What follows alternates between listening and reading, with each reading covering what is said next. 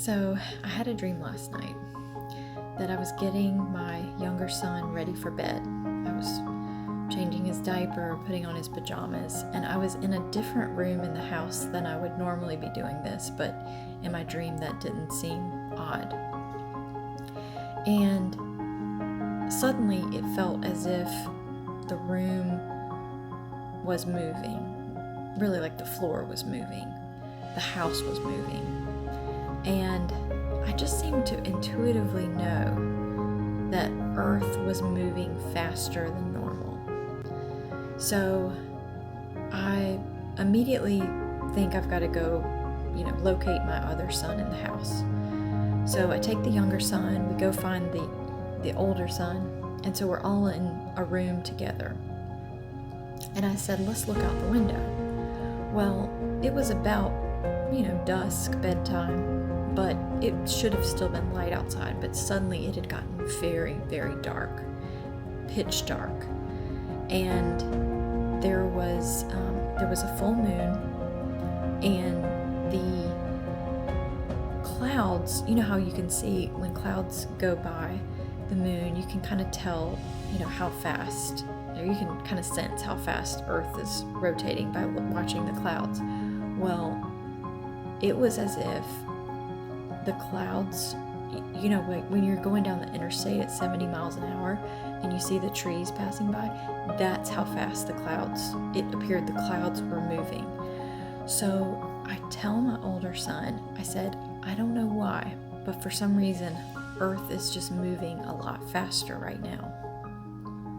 Well, about that time, we noticed that something was going on the moon. So we're looking at the moon, it's full, and then you can see as if there are explosions going off on the moon. So just big plumes of smoke, and you can tell that pieces of the moon are getting blown off. Then the moon sort of changes into like an eye, like in Lord of the Rings, I think it's called the Eye of Sauron or whatever, but it sort of looks like the inside of the iris. That's what the moon looked like suddenly. So as we're watching all of this, suddenly it becomes difficult to walk. So before it felt like the room was spinning, but now it's as if we're on like a cruise ship that's in a bad storm, and we can't really even walk. We can't leave that room we're in because we feel like we can't get our balance. We're not falling, but we're afraid to walk, so we just stay put.